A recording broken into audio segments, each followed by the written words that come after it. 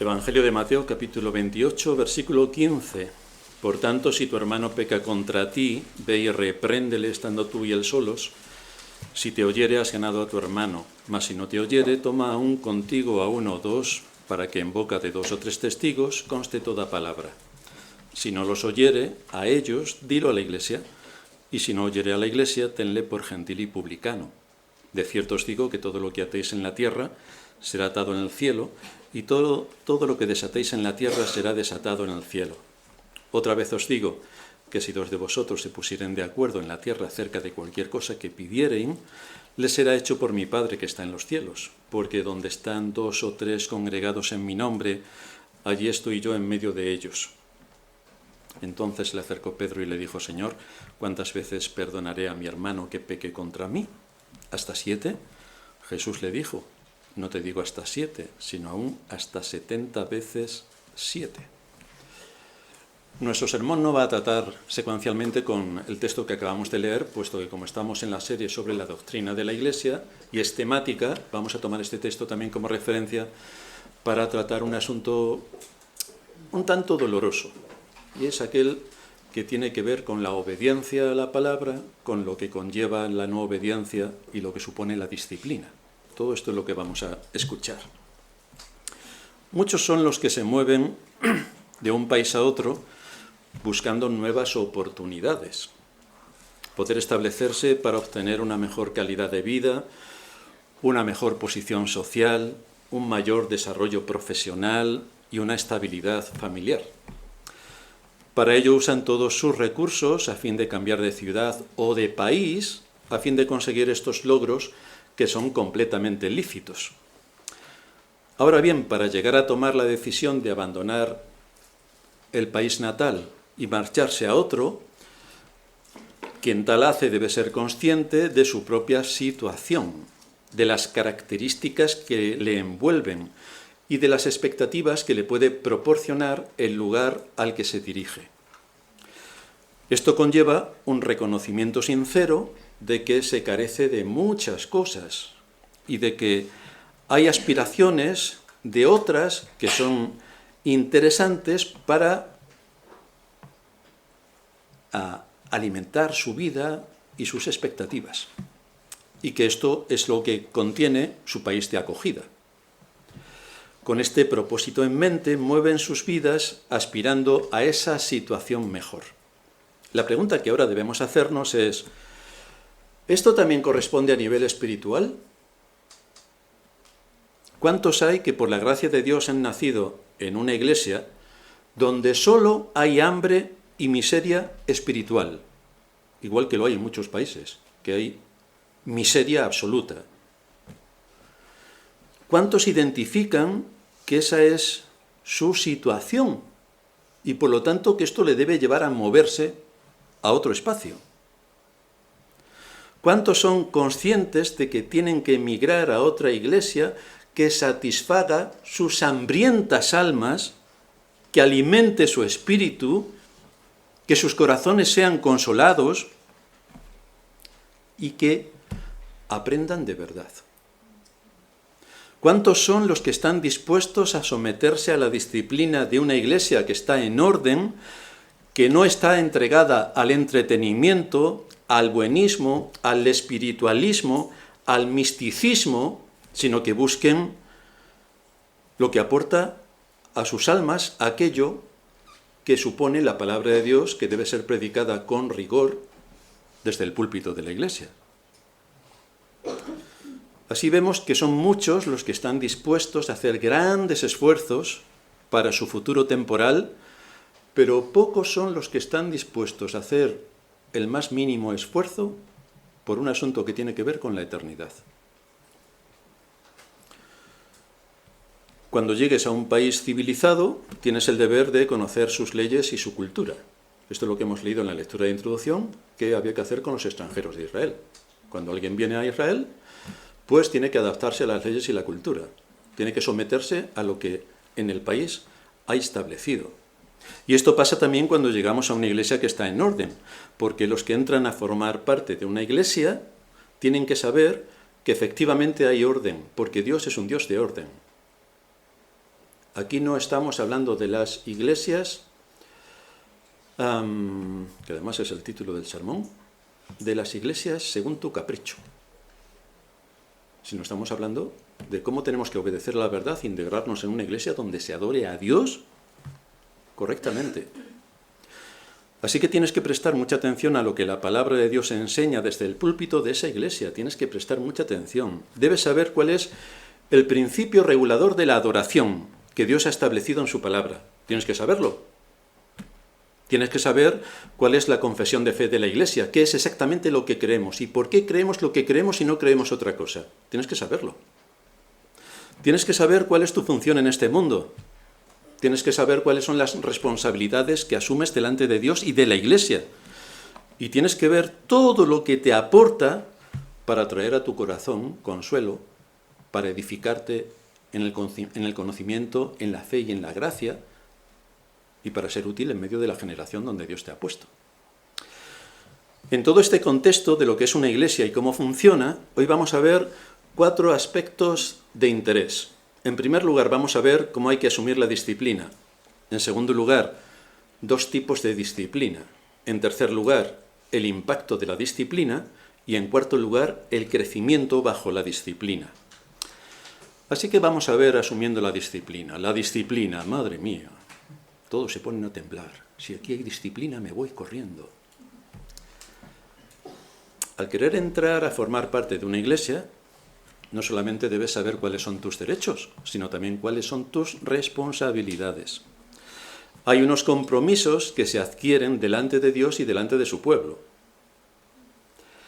Pertenecer a una iglesia no es una opción, sino que es un mandato imperativo del dueño de la iglesia, porque es el medio que él usa para enseñarnos, para formarnos, para que crezcamos en la fe, para corregirnos, para disciplinarnos y para que podamos vivir de acuerdo a sus enseñanzas, afrontando las 1000 batallas que nos esperan en este mundo. Muchas de esas batallas nosotros mismos nos las proporcionamos por el engaño de nuestro corazón, pero luego vivimos en un mundo que es el engaño superlativo y también tenemos que afrontar esas batallas.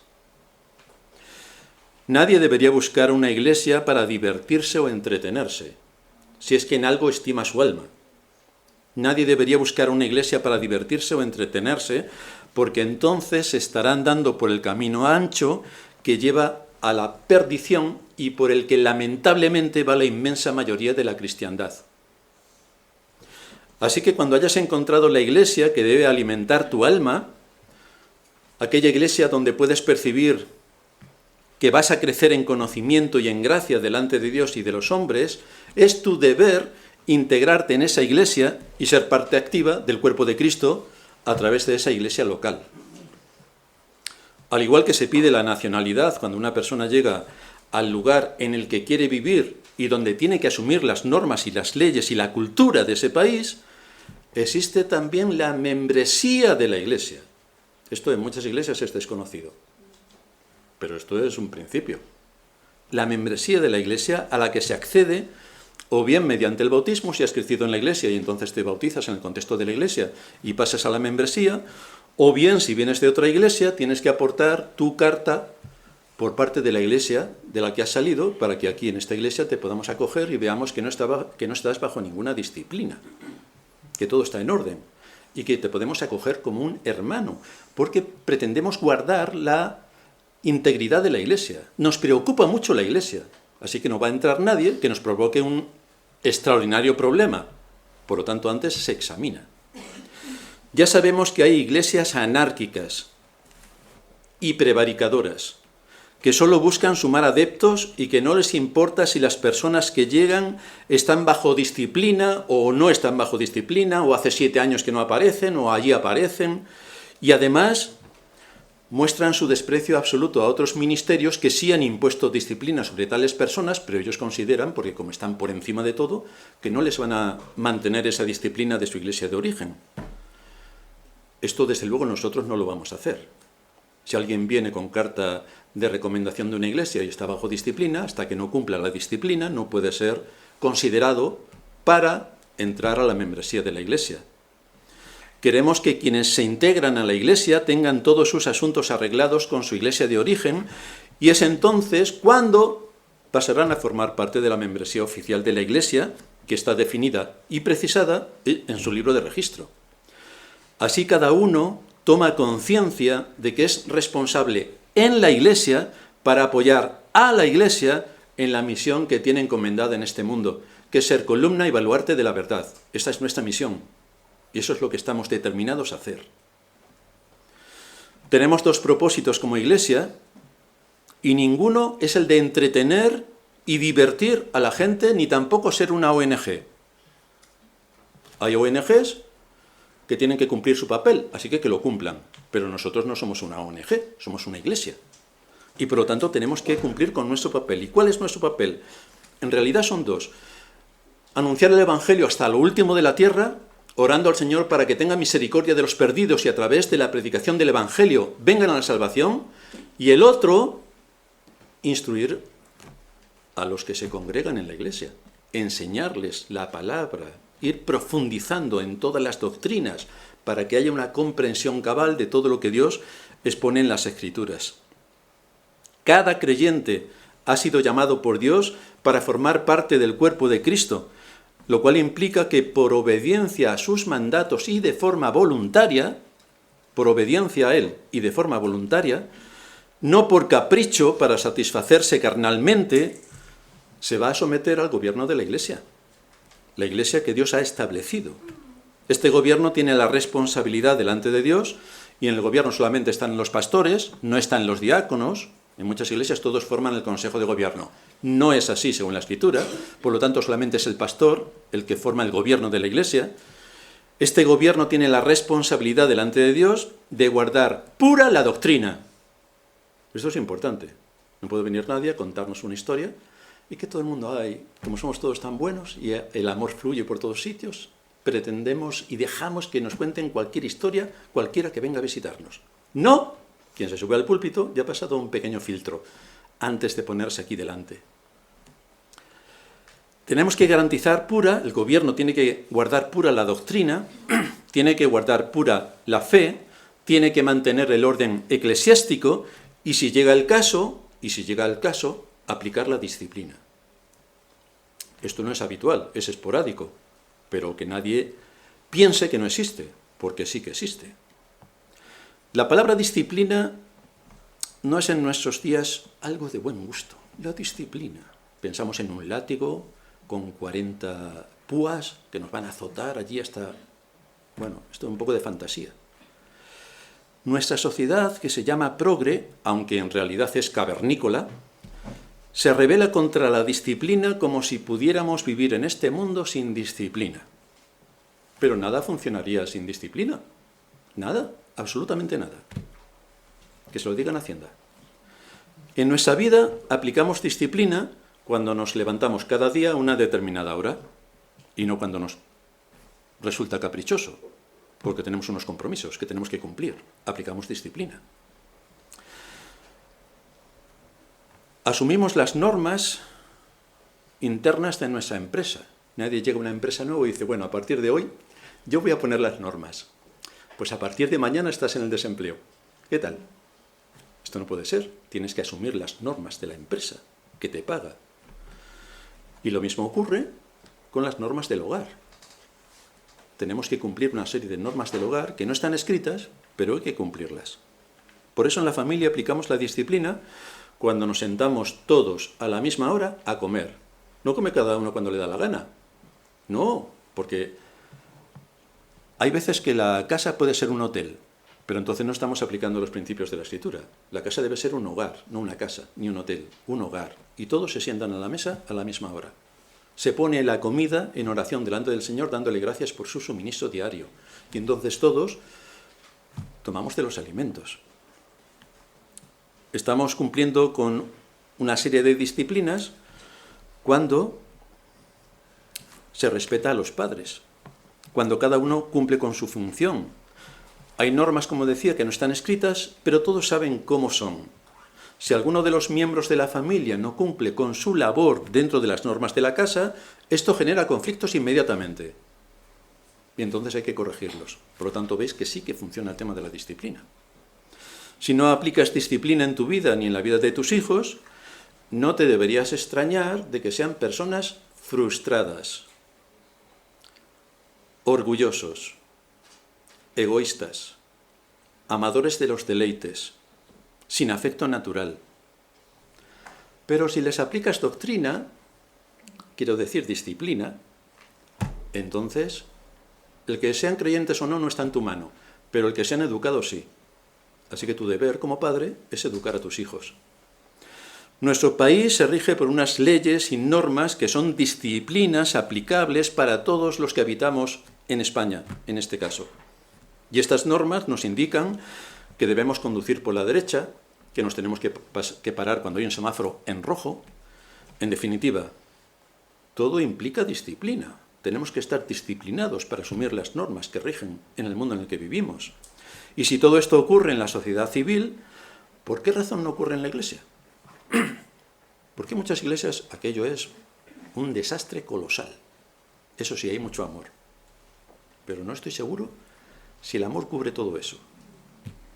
¿Por qué muchos piensan que aplicando el amor y el amor rosa, claro está, todo está permitido en la Iglesia y pueden tener la Iglesia a su capricho? Y no tienen por qué cumplir ninguna responsabilidad, aunque la asuman.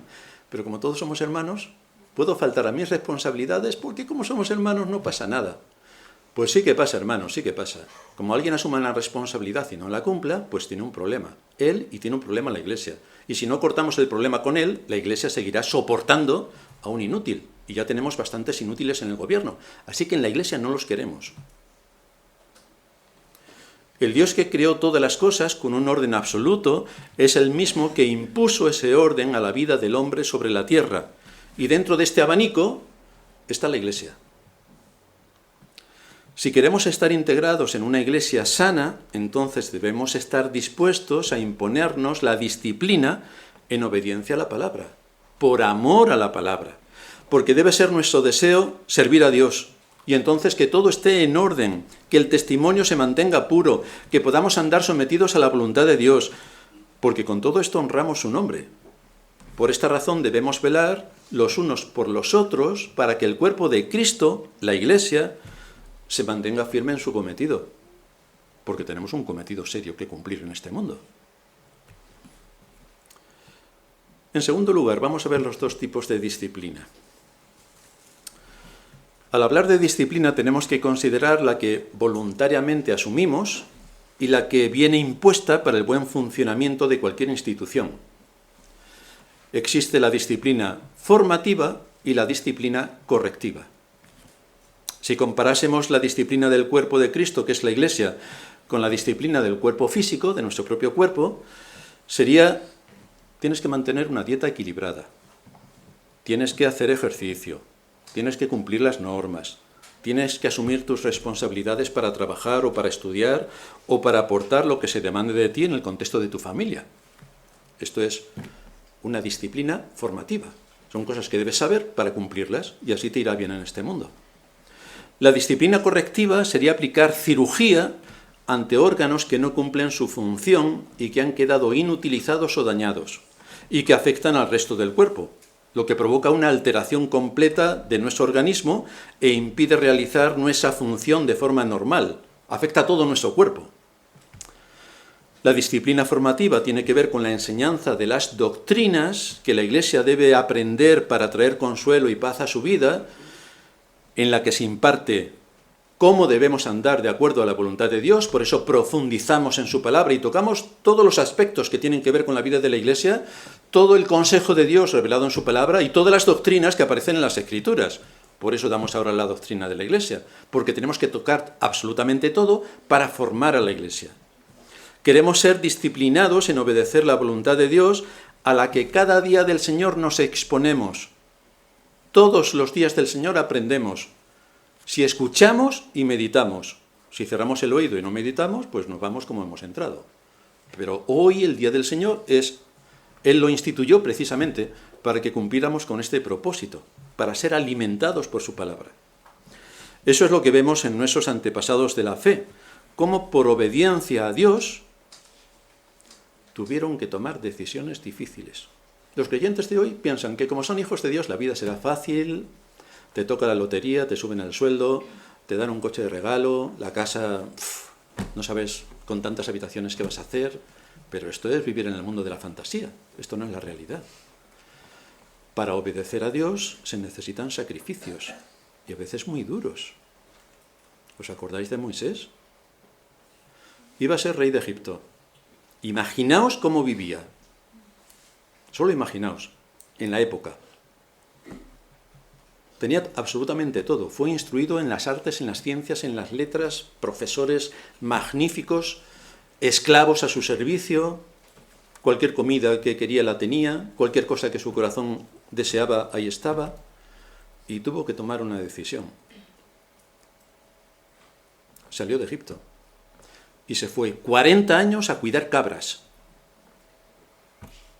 Vaya diferencia. Pero tuvo que tomar una decisión.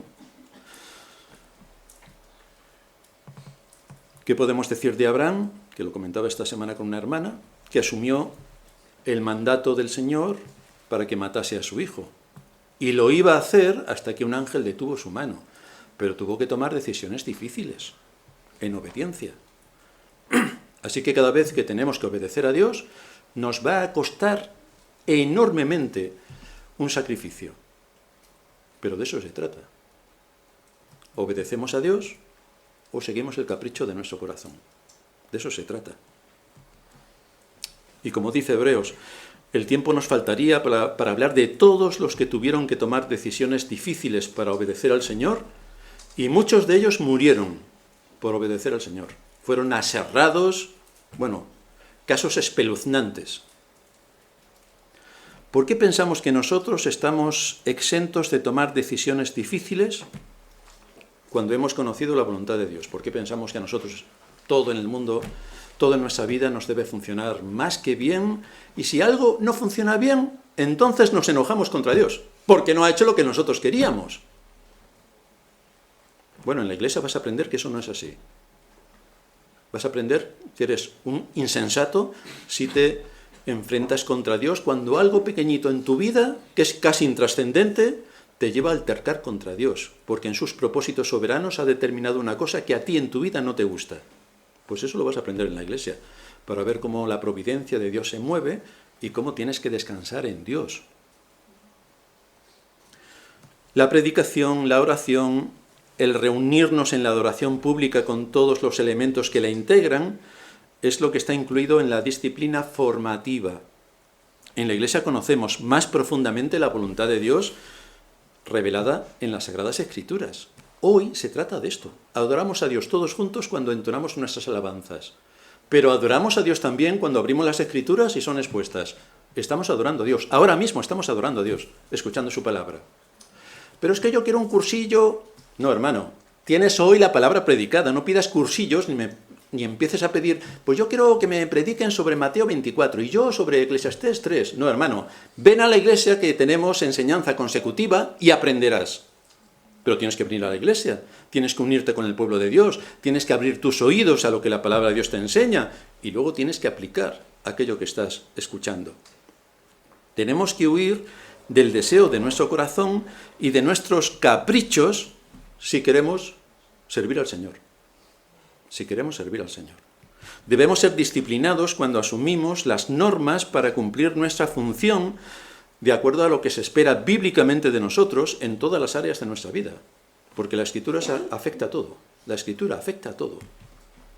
Ya sea en medio de nuestra familia, en la empresa, en la iglesia, porque hay algo que se espera de aquellos que son creyentes.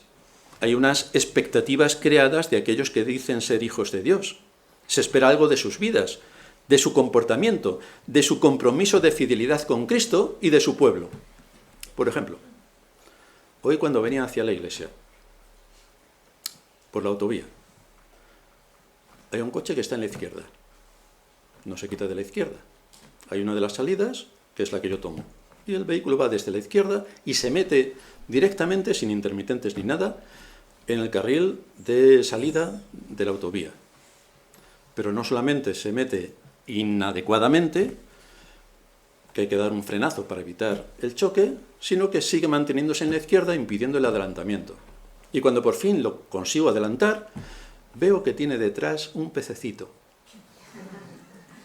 Vaya testimonio. Si llega a ser uno que viene a la iglesia, lo crujo. Vaya testimonio. Pues de esto estamos hablando. Es que hasta conduciendo uno tiene que regirse por las normas, porque si no, destrozas a todos los que tienes a tu alrededor. Este es el papel de la disciplina formativa, que nos moldea de acuerdo a los principios que Dios ha dejado explícitamente detallados en las Escrituras, pero hay que estudiar las Escrituras. Por lo tanto, la disciplina formativa tiene el propósito de enseñarnos los principios para que podamos aplicarlos a la vida y vivir de acuerdo a lo que Dios espera de nosotros, que somos sus hijos. Por supuesto, honramos a Dios obedeciéndole. Si leemos la Escritura y no la obedecemos, pues la podemos tirar a la basura, porque para nosotros es basura. Pero la Escritura es la que nos da vida, la que da sentido a nuestra vida, la que nos aporta el conocimiento. Por lo tanto, bien haremos en honrar las Escrituras obedeciendo al Dios de las Escrituras.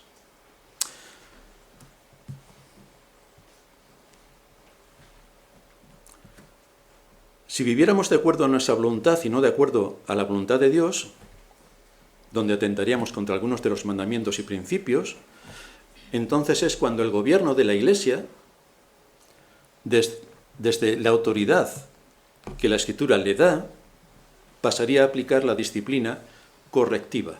Así que ya no estamos hablando de la formativa, sino de la correctiva. Es lo que ocurre en el cuerpo físico cuando alguien tiene un órgano que no cumple con la función que tiene encomendada. Eso altera todo el organismo de nuestro cuerpo. Sin falta de responsabilidad en cumplir su función, pues entonces todo el cuerpo cae con ese órgano que no cumple la función. Si el riñón no cumple con su función, debemos recurrir a la cirugía, en algunos casos, para que no siga afectando a todo el cuerpo, porque su disfunción va a impedir que la persona pueda vivir de forma natural. Por tanto, se debe restablecer este órgano a su función original. El daño que el riñón tenga no es solo suyo, sino que afecta a todo el cuerpo. No es solamente que tenga mal el riñón, es que todo el cuerpo está mal por causa del riñón. Y entonces llega Miguel, o llega Enis, o llega Ana, y dicen, esto hay que extirparlo. Y sacan el bisturí y adiós riñón, porque queremos que el cuerpo siga funcionando correctamente. Aún sin un riñón puede funcionar. Pero si dejamos ese riñón que va a ir produciendo más y más daño, al final todo el cuerpo va a caer por causa de ese riñón. ¿Y qué es lo que hacemos en la Iglesia? Pues efectivamente eso, queridos hermanos.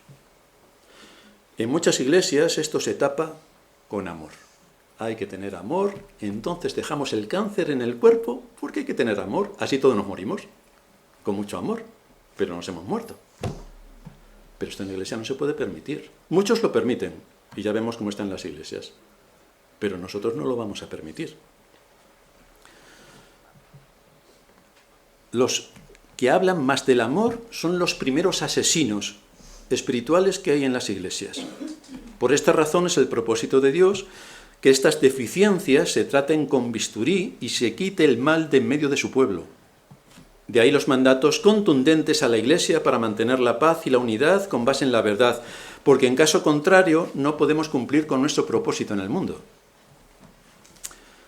En tercer lugar, vamos a ver el impacto de la disciplina.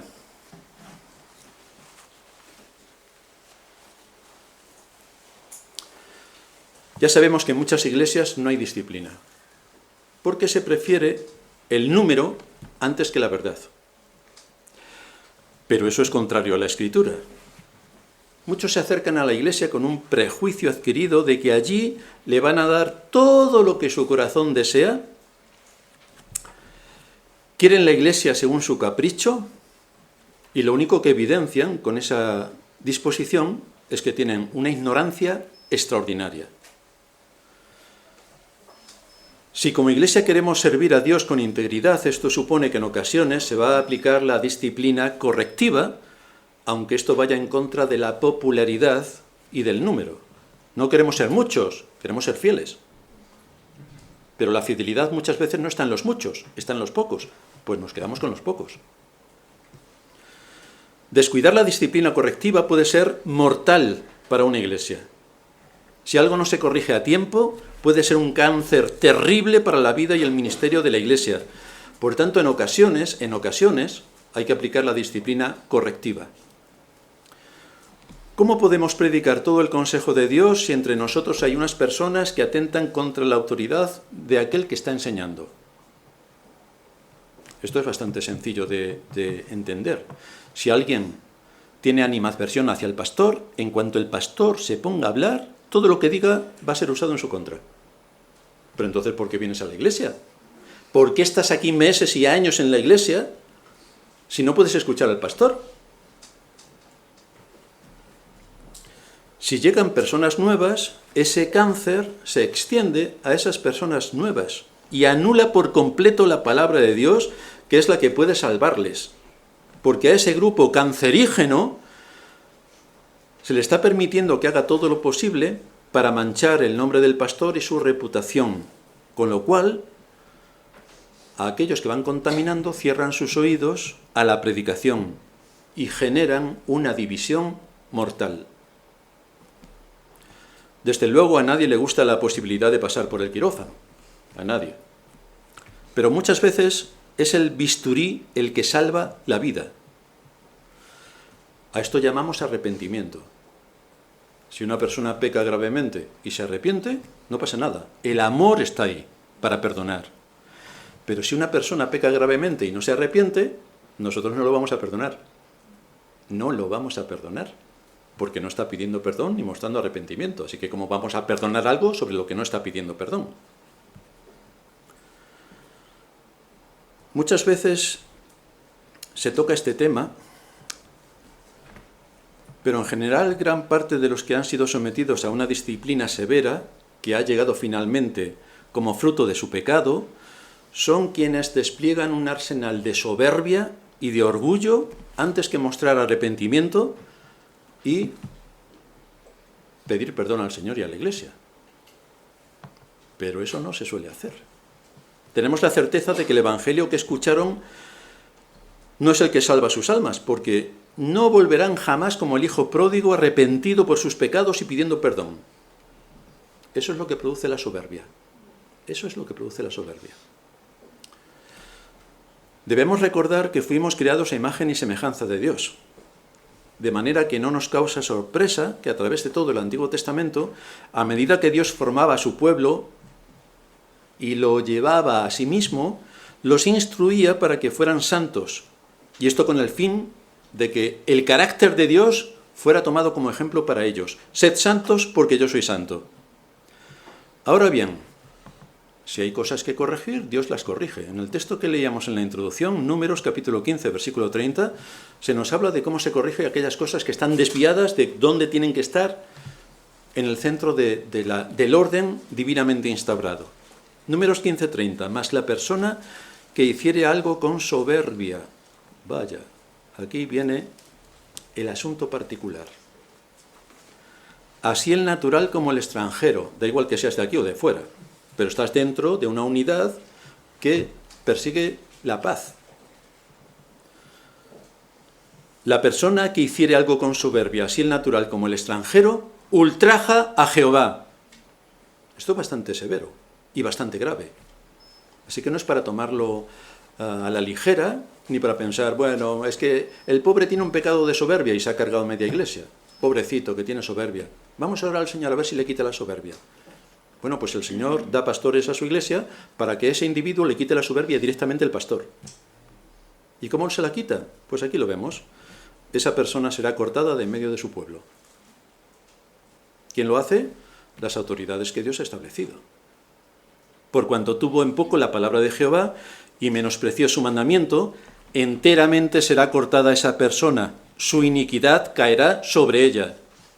Bastante severo el asunto. Así que fijaos que la soberbia es tratada contundentemente en las Escrituras. Es el producto de no reconocer el pecado y de persistir en él, enfrentándose a la autoridad que Dios ha establecido. Por lo tanto, siguiendo el principio de la Escritura, si no hay arrepentimiento, la disciplina debe ser firme y contundente. En el caso de Israel era la ejecución. En nuestro caso es la excomunión. Directamente. En nuestro caso es la excomunión. Y además, con una nota sobre su insolente comportamiento. Por supuesto que ya sabemos que hay iglesias muy buenistas, que lo que Dios diga en su palabra no les importa en absoluto, porque son iglesias capricho. Así se llaman, iglesias capricho. Acogen a soberbios, traidores y altivos como tiernos corderitos, permitiéndoles participar de la cena del Señor desde el primer día. Pues deben saber que juicio comen y beben para sí, y que la tal iglesia está prevaricando contra Jehová, lo cual es un pecado bastante grave, que deberían pensarse. Pero las enseñanzas del Nuevo Testamento van por el mismo camino. Primera de Timoteo 6:3, si alguno enseña otra cosa y no se conforma a las sanas palabras de nuestro Señor Jesucristo y a la doctrina que es conforme a la piedad, atención que aparece la palabra doctrina, aborrecida por la cristiandad, pues sí que está en la Biblia, a la doctrina que es conforme a la piedad, está envanecido, nada sabe y delira acerca de cuestiones y contiendas de palabras. Hombre, decir esto a la cristiandad de hoy, madre mía, te dicen de todo menos guapo si les acusas de exactamente lo que son. No se lo puedes decir porque tienen la piel muy fina. Pero lo dice Pablo. Está envanecido, nada sabe, delira acerca de cuestiones y contiendas de palabras de las cuales nacen envidias, pleitos, blasfemias, malas sospechas, disputas necias de hombres corruptos de entendimiento y privados de la verdad, que toman la piedad como fuente de ganancia. Apártate de los tales. Vaya, pues sí que está firme aquí el apóstol Pablo. Hoy esto tampoco se puede leer en las iglesias, porque daña la autoestima. Y nosotros queremos todo amor. No que nos digan qué tenemos que hacer, sino qué divertido es unirse en una iglesia y estar haciendo el circo en la iglesia.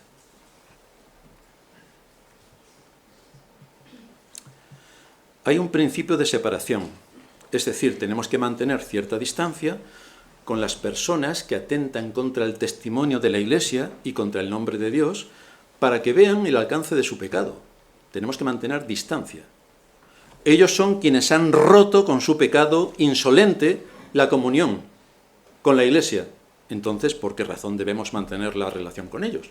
Me pregunto. Si ellos son los que la han roto, se han ido insolentemente y dando un portazo, ¿cómo podemos nosotros mantener la relación con ellos, que son quienes han roto?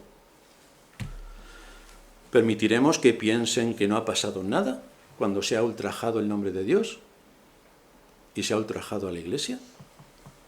¿Cuándo podemos restablecer relaciones con esas personas que se van de forma insolente y soberbia?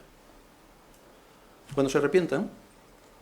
Pero si no se arrepienten, nosotros no podemos restablecer relaciones hasta que no se arrepientan. Y si no se arrepienten nunca, pues qué a gusto estamos. Hay paz y tranquilidad en la iglesia. Gracias al Señor. Por otra parte, el que tengamos en la iglesia cristianos maduros, que asuman bien y apliquen la enseñanza, hace que cuando otros creyentes se vayan incorporando, pueden asumir las enseñanzas y el ministerio de la iglesia, porque se contagia. Hablan de lo que aprenden en la iglesia, aman a su pastor, aman la iglesia, aman la escritura. Y esto se comunica. Fijaos un detalle muy curioso. Yo sé lo que pasa. Bueno, voy a revelar un secreto, espero que no se lo digáis a nadie. Yo sé lo que pasa en una casa dependiendo de cómo los niños me tratan. Ahí tengo la nota directa de si del pastor se habla bien o se habla mal. Los niños, con su conducta, me lo dicen. El pecado necesita la oscuridad para crecer. El pecado necesita la oscuridad para crecer. Y en la medida en que nos relacionamos unos con otros, en la medida en que seamos expuestos a la luz del Evangelio, todos esos pecados que están ocultos salen a la luz. Todo sale a la luz. Dice el apóstol Pablo, yo no conocí el pecado, en Romanos 7:7, yo no conocí el pecado sino por la ley, porque tampoco habría conocido la codicia si la ley no dijera, no codiciarás. Entonces, cuando me predicaron, no codiciarás, yo descubrí que era un codicioso. Pero si no me hubieran predicado, yo no lo sabría. Así que, por supuesto que necesitamos exponernos a la ley de Dios y a su palabra, porque es la que nos muestra nuestro pecado, nos alumbra, y entonces vemos en qué condición estamos. A la hora de aplicar la disciplina, hay también dos escenarios, el público y el privado. Todo depende de en qué contexto se ha cometido el pecado, y de esto tenemos que tener mucho cuidado. Si ha sido un pecado público, en un contexto público, donde muchas personas lo han visto, la disciplina debe ser pública, por supuesto. Si aquí tenemos un escándalo en la iglesia con una persona que le dice al pastor de todo menos guapo, o que se entromete con otro hermano y le da un golpe, pues esto es un pecado público. Públicamente se debe exigir el arrepentimiento. Si no se arrepiente, pues ahí está la puerta. Pero si ha sido en privado, con alguien en privado se tiene que corregir el pecado, no se puede corregir públicamente. Así que esto lo tenemos que tener en cuenta porque pasan muchas cosas en las iglesias, que ocurre un pecado privado y ¡buah! ¡Madre mía! La bomba mundial. Pues, hombre, no, si es privado, trátalo en privado. Sigue el principio de la Escritura y no por tener muchos likes los pongas públicamente porque así tú eres famosete. Esto no se puede hacer, no se puede hacer. El Señor dijo que todos conocerían que somos sus discípulos si nos amamos los unos a los otros. Pero es el amor a la verdad lo que nos debe llevar a cumplir con este mandamiento. No es el amor rosa, ni el amor que todo se lo cree, el amor que todo lo acepta, incluso las mayores violaciones de la ley. Es el amor a la verdad. Pablo dijo que la iglesia es un cuerpo bien concertado y unido entre sí por todas las coyunturas que se ayudan mutuamente, según la actividad propia de cada miembro, que recibe su crecimiento para ir edificándose en amor. Y lo que nos une es el conocimiento de Dios. Lo que nos une es la sangre de Cristo, que murió por nuestros pecados. Lo que nos une es que todos somos la familia de Dios, a quien le debemos obediencia. Nuestro cuarto punto, el crecimiento bajo la disciplina. Algunos piensan que un cristiano puede ser un bebé espiritual por el resto de su vida. Llevan 20 años en la iglesia y piensan que tienen que seguir siendo un bebé espiritual. Yo no sé vosotros si veis a un joven de 20 años con un biberón, si esto os daría una buena impresión, o pensaríais que algo no funciona en el cerebro. Posiblemente sí. Para muchos el formar parte de la iglesia es algo opcional. Y el crecer en conocimiento y en gracia delante de Dios y de los hombres es también opcional. Todo es opcional. Todo es según tu capricho. Pero lo que manifiestan es un profundo desconocimiento de la Escritura, porque esto no es opcional.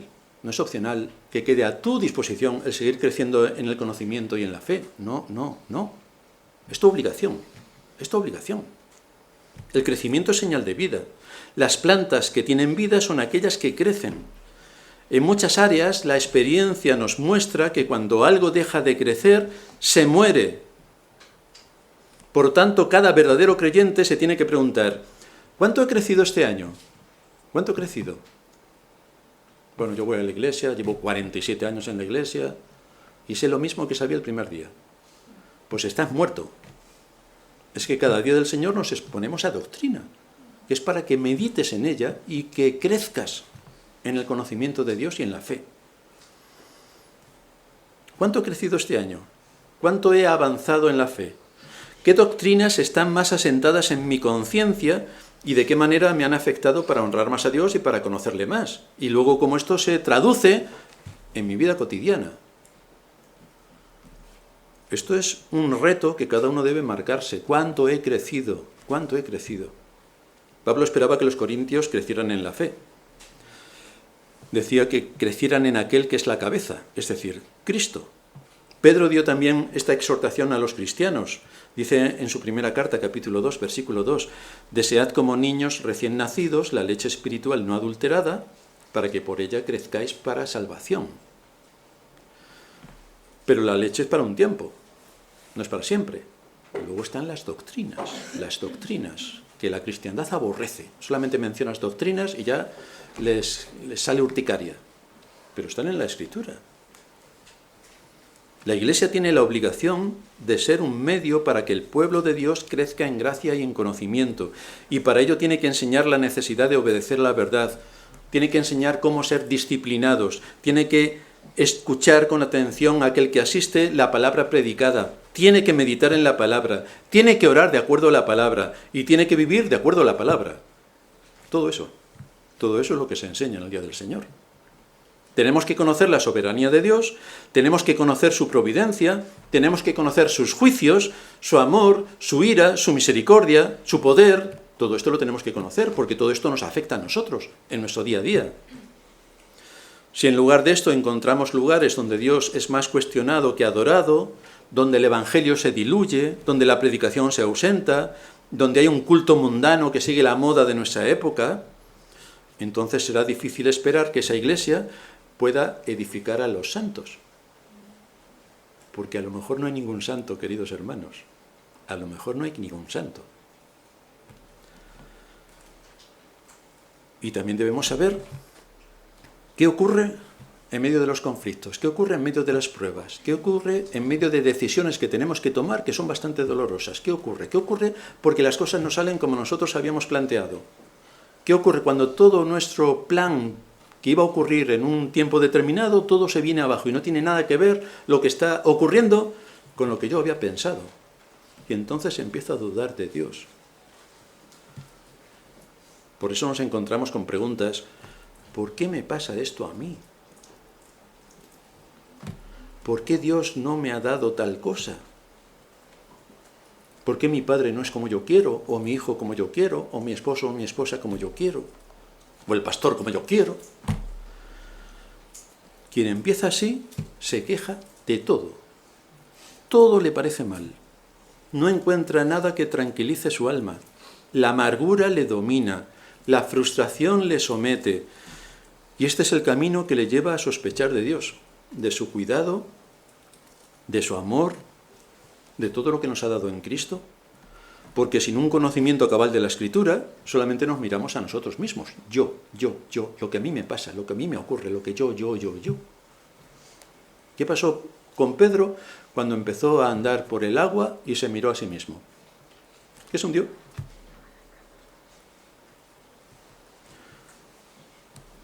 Pero Dios es sabio.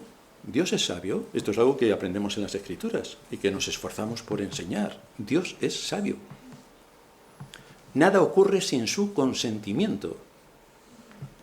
Todos los pelos de nuestra cabeza están contados. Ni un pajarillo cae al suelo sin su permiso.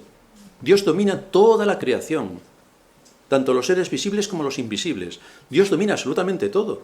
Esto es lo que encontramos en las Escrituras. Y entonces, ante nuestros problemas, ¿no debemos recordar que Dios domina todo? ¿Que no pasa nada sin su consentimiento? ¿Que no hay nada que ocurra sin que su voluntad esté involucrada? Nada. Esto es para traer paz a nuestro corazón. Cuando hacemos todo lo que podemos hacer y las cosas salen al revés, pues bienvenido, no eres el único. Pero esto nos lleva a descansar en Dios. A lo mejor Dios lo está haciendo porque nos hemos ido, como todo nos va bien. ¿Qué fue lo que el Señor le dijo al pueblo de Israel cuando entró en Egipto? Cuando entró en Canaán. Acuérdate cuando entres y veas casas que tú no construiste, y viñas que tú no plantaste, y olivares que tú no plantaste. Acuérdate de no olvidarte de tu Dios que te da todas estas cosas. ¿Y qué pasa con nosotros cuando todas las cosas nos van bien? Que no oramos, porque no hace falta. ¿Y qué va a hacer el Señor para hincarnos de rodillas? Pues quitarnos todo lo que amamos. Y entonces verás si nos ponemos de rodillas. Cuando vemos a una iglesia que está compuesta por miembros que están creciendo en conocimiento y en fe, ¿quién se lleva el mérito? Cristo. Es la iglesia de Cristo. Así que no cuenta ni el que siembra ni el que riega, sino Dios que da el crecimiento. Este es el propósito de la iglesia. Como conclusión, aplicándonos la disciplina formativa, somos luz a quienes nos rodean. Dice el apóstol Pedro en su primera carta, capítulo 2, a partir del versículo 11. Amados, yo os ruego como extranjeros y peregrinos, que muchos cristianos no saben que lo son, pero somos extranjeros y peregrinos. Todos somos extranjeros y peregrinos, todos. Que os abstengáis de los deseos carnales que batallan contra el alma, manteniendo buena vuestra manera de vivir entre los gentiles, para que en lo que murmuran de vosotros como de malhechores, glorifiquen a Dios en el día de la visitación al considerar vuestras buenas obras. Porque esta es la voluntad de Dios, que haciendo el bien, hagáis callar la ignorancia de hombres insensatos. Hacer el bien, queridos hermanos, no es ser un buenista, no. Es aplicar principios de justicia. Esto es hacer el bien. Y principios de justicia en este mundo casi nadie lo quiere, pero nosotros sí. Si no conocemos cómo el mal se mueve en este mundo, cuáles son sus esbirros, qué engaños producen en la política, en la ciencia y en la religión, no podemos hacer callar la ignorancia de los hombres insensatos, sino que nos sumaremos, como hace la inmensa cristiandad, a dejarnos llevar por el flautista de Hamelín, que toca su música para enviar a todos al abismo. Pero nosotros tenemos que conocer las Escrituras. Es imprescindible que practiquemos la obediencia a la verdad. Es imprescindible que no olvidemos todo lo que Dios nos ha dado en Cristo, a quien entregó para clavar en la cruz nuestros pecados. Es imprescindible que conozcamos las Escrituras para saber cómo Dios lleva a cabo su obra en este mundo. Es imprescindible que conozcamos las Escrituras para saber cuáles son los recursos que Dios pone a nuestra disposición para defendernos. Para defendernos en primer lugar de nuestro corazón, que es engañoso más que todas las cosas, y perverso, y después del mundo. La disciplina formativa nos ayuda en todo este proceso, y así cumplimos con la voluntad de Dios. Este es el propósito de que nos expongamos cada día del Señor a su palabra predicada. No necesitamos cursillos, necesitamos escuchar, entender, amar la verdad y aplicarla. Aquí tenemos todo.